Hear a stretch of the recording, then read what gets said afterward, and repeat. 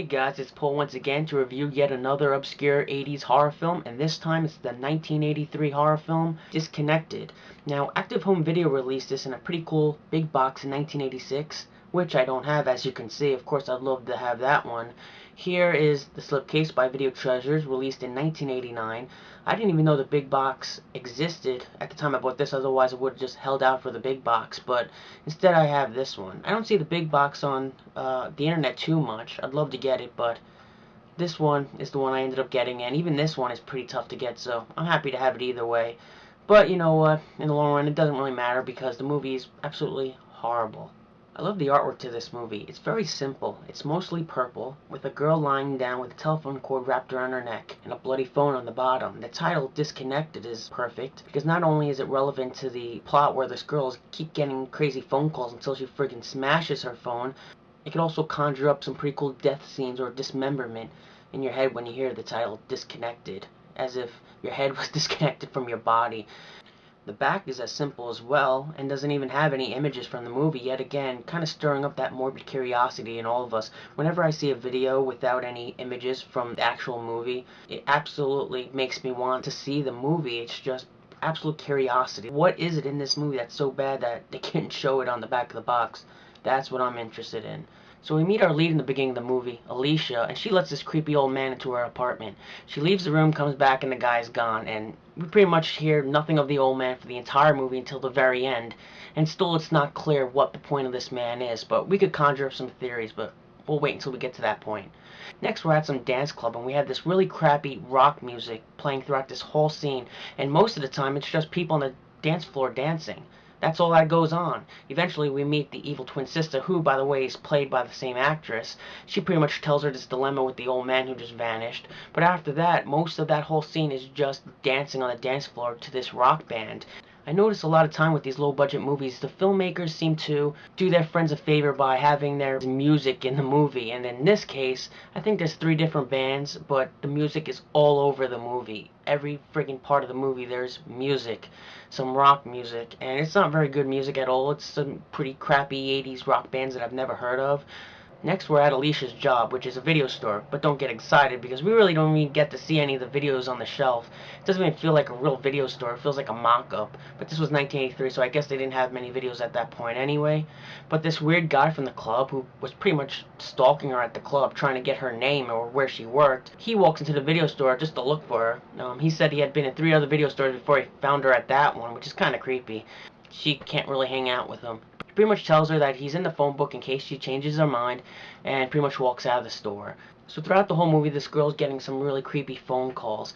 It's just this really booming siren sound that's absolutely annoying, and the sad part is that it happens in the movie continuously, driving me nuts. It's a really annoying sound. So whenever the phone calls, it's either going to be that friggin' annoying siren, it's going to be her mother or her boyfriend Mike, which, by the way, she breaks up with because he's been sleeping with her evil twin sister, her evil slutty twin sister.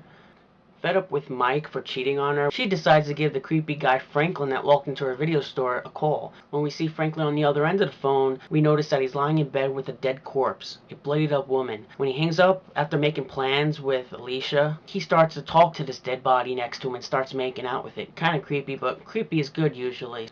At one point, Franklin takes a girl home from the club, stabs her, and that's pretty much the coolest death scene in the movie, although there's not even many death scenes that we actually see. In fact, now that I think of it, I think it's the only death scene. He pulls out a knife while they're having sex and cuts her up, plays in our blood, and that's pretty much the extent of that. Next, Alicia's evil twin sister goes over to Franklin's place while Alicia's away, and I guess decides to seduce him because I guess she feels like she must keep stealing her sister's boyfriends. It works though when she gets Franklin in bed, and while they're having sex, I guess a murder unfolds, but we don't get to see it. All we see is a bloody hand gripping the wall. But while this whole, I guess, death scene is happening, we don't see anything except still frames of random objects in the apartment, like a doll, a figurine, a stupid boring lamp, and this goes on forever. Different objects in the room, and it gets kind of annoying. At some point, Alicia goes to Franklin's place, sees the dead body, and the police come. They shoot Franklin. Oh, that's what's told to us. And now Franklin's dead. But the weird thing is that she keeps getting the weird phone calls. because originally we thought that the weird phone calls were probably coming from the killer, but now we know that there's actually two killers. There's Franklin, who killed some girls from a club, and then we have the killer who's on the phone stalking Alicia. And we know he's a killer because the murders keep going. According to the police, all the women who had been murdered kept getting strange phone calls. This friggin' creeps Alicia out, and she calls the police, I guess, for them to protect her or whatever. Also, during this weird period of depression, the clock is ticking on the wall really loud, and we hear it, and it's really loud throughout the movie. It's just really annoying because it's really repetitive. Throughout this whole time, I guess the filmmakers or the editor are trying to be artsy. There's this weird, what feels like 5 or 10 minute interval where you just see black and white stills, I guess flashbacks, or I don't know what it's supposed to mean. I really don't know what it's supposed to signify. It's just like a stupid slideshow in the movie. It just seems so out of place. The film ends with the old man we saw earlier in the movie coming out of the apartment with a grin on his face, and that's pretty much the end of the movie. And by the end of the movie you're thinking, what just happened? Really, what the heck just happened? The main plot of the movie is that really there's two killers, right? You got Franklin, the creepy guy from the club that was stalking Alicia, who had this weird dead body in his bed that while he was kissing it and all this weird stuff. But when he dies, she's still getting the creepy phone calls that's supposed to be the killer. And eventually, I guess we're supposed to believe that that creepy guy, that older guy, was the killer, I think. Even though we don't see Alicia's dead body when he comes out of the apartment, it's not clear. I went on IMDb, and some people have theories about what this movie means because it doesn't make any sense to anybody, but I guess you gotta try to rationalize the movie. One theory was that when the old man first went into the house earlier in the movie, he actually went to use her phone, but what he really did was tap her phone lines and put some weird device on her phone so that he could later, I guess, torment her with that stupid siren effect. I don't know what the hell that means. It's never told to us. This movie makes no sense. There's so many weird things that go on in this movie between the editing and these sounds in the movie that just, it doesn't make any sense. Nothing makes sense in this movie. All you can do is try to rationalize it, and if you go on IMDb, the synopsis says something about, is Alicia doing the killings or is it her evil twin sister? In fact, you have no reason to implement her evil twin sister in any of the murders, so I don't even know why that idea even came up. Overall, this movie is absolutely horrendous. It was the first movie by the guy who did Psychos in Love, Cemetery High, and it shows. It feels like a student film, an amateur student film, someone who didn't have good film equipment. And some of the shots, all the shots, the lighting is absolutely bad. They didn't have any real lighting, so it looks like they're just shining a flashlight on someone's face. That's the lighting in this movie. Some shots are so overexposed that you can barely see what's going on. In fact, you could probably cut that whole shot out of the movie. It wouldn't make any more sense or less sense. So I don't even understand why they would even keep some of these really bad overexposed shots in the movie. The music, as I said, is absolutely horrible rock music. Sometimes it's just this weird music with moaning, like people having sex. It's actually part of the music. It's absolutely bizarre. I just don't see any relevance. It's just all over the place, and it just pulls us out of the movie because it's just so annoying. The sound quality is horrible. The picture quality is horrible. Looks like it was shot on some really cheap film. The editing is horrible. The composition is horrible. A lot of the shots are done far away. You know when you have two people talking, you're supposed to do some cross-cutting. Shot of that person talking and a shot of that person responding. You don't get any of that. They pretty much sit the camera on a tripod and just let it roll. And that's absolutely boring, and I hate when people do that in film. You just don't get to see the expression on the people's face. You can't really feel what's going on in that whole interaction. Not that it matters, because the actors are absolutely horrendous in this movie, but at least try. This person seemed to not have any filmmaking capability at all. They just thought, let's make a really cool psychological, artsy, experimental, edgy horror film. Something different than Friday the 13th. I mean, this movie came out in 1983. It was in the beginning, or towards the end of the first slasher cycle, so it wanted to be something different, I guess, at that point, but it failed. People could have great ideas all the time.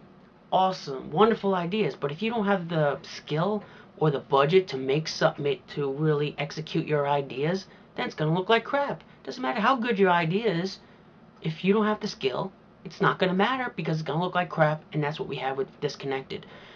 They try to be artsy or experimental, putting random shots of random crap throughout the entire movie, but it doesn't make sense. It's like, how are we supposed to make sense of this? We could try to rationalize it, try to think, like, what does this old man mean?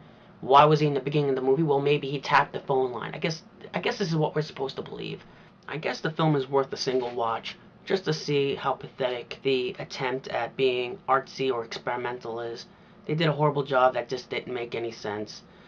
It doesn't have a lot of kills. In fact, I can only think of one kill. There's another kill, I guess, of a bloody hand. That's all you see of that death scene, so who the hell knows how that person died? I guess by knife, like the other death. It's not the kind of bloody slasher film that the cover kind of suggests it is with the bloody phone.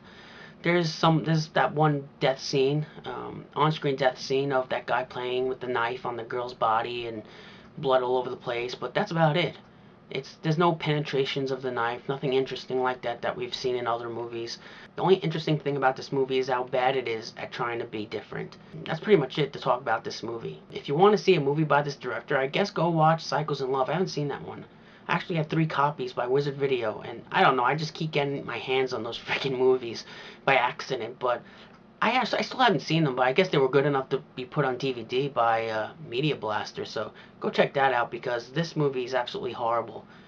That's Paul, once again with another crappy VHS review. Look out for other ones. Have a good night, guys. Do you mind if I smoke? No, just look right into the camera, though. Mm-hmm. Okay. Detective Tremaglio. Yes. What's running through your mind at this moment?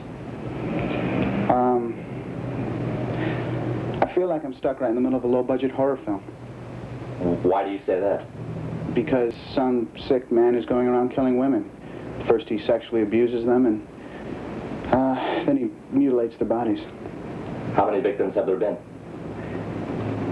4. No, 5, counting yesterday's. And what is the Waterbury Police Department doing about this? We have every available man on the case that we can put on the case, and we have some of the top men from the surrounding vicinities giving us a hand. We should have him in custody very, very soon. And then? And then I'm going to take a nice long vacation.